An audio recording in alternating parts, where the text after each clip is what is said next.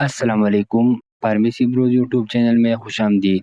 آج ہم بات کریں گے ایک بہت مشہور دوا پوسین یعنی فاسفومائسین کے بارے میں کہ یہ کس لیے اور کن کن جگہ پر استعمال ہوتے ہیں۔ آئے جانتے ہیں۔ پوسین ایک اینٹی بائیوٹک دوائی ہے جس کا اصل جز فاسفومائسین ہے۔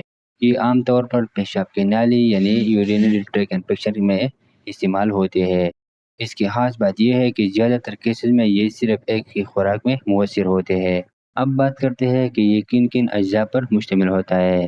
فعال جز فاسفومائسین ٹرامیٹامول فارمز یہ 3 فارم میں دستیاب ہوتے ہیں، یعنی ساشے جو پانی میں گل کر پیا جاتا ہے، ٹیبلٹ کم استعمال ہونے والی شکل ہے جو بالغ افراد استعمال کرتے ہیں، اور اس کے علاوہ سرپ کے فارم میں بھی دستیاب ہوتے ہیں جو بچوں کے لیے استعمال ہوتے ہیں۔ اب بات کرتے ہیں کہ یہ کن کن جگہوں پر استعمال ہوتے ہیں۔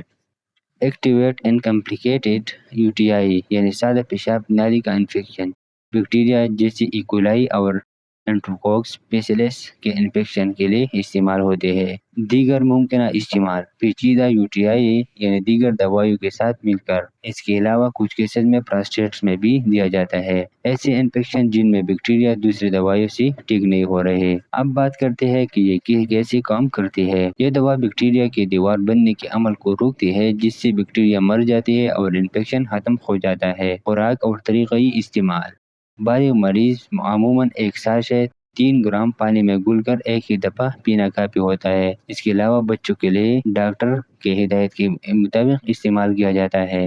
زیادہ پانی پینا بہتر اثر کے لیے مددگار ہوتا ہے۔ ممکنہ مضر اثرات یعنی سائیڈ ایفیکٹس: متلی، دست یعنی اسہال، سر درد، معدے میں درد یا بدہضمی۔ پریکاشن یعنی احتیاطی تدابیر: حاملہ اور دودھ پلانے والی خواتین ڈاکٹر کے مشورے کے بغیر استعمال نہ کریں۔ گردوں کے مریض ڈاکٹر سے رجوع کریں۔ اینٹی بائیوٹک کا غلط استعمال دوائی کے اثر کو کم کر سکتا ہے۔ یہ تھی دوستو فاسفومائسین یعنی پوسین کے بارے میں مکمل معلومات۔ اگر آپ کو ویڈیو پسند آئی ہے تو ویڈیو کو لائک کریں، شیئر کریں، اور ہمارے چینل پر اگر آپ نئے ہیں تو سبسکرائب کرنا نہ بھولیں۔ ملتے ہیں اگلی ویڈیو میں، تب تک کے لیے اللہ حافظ۔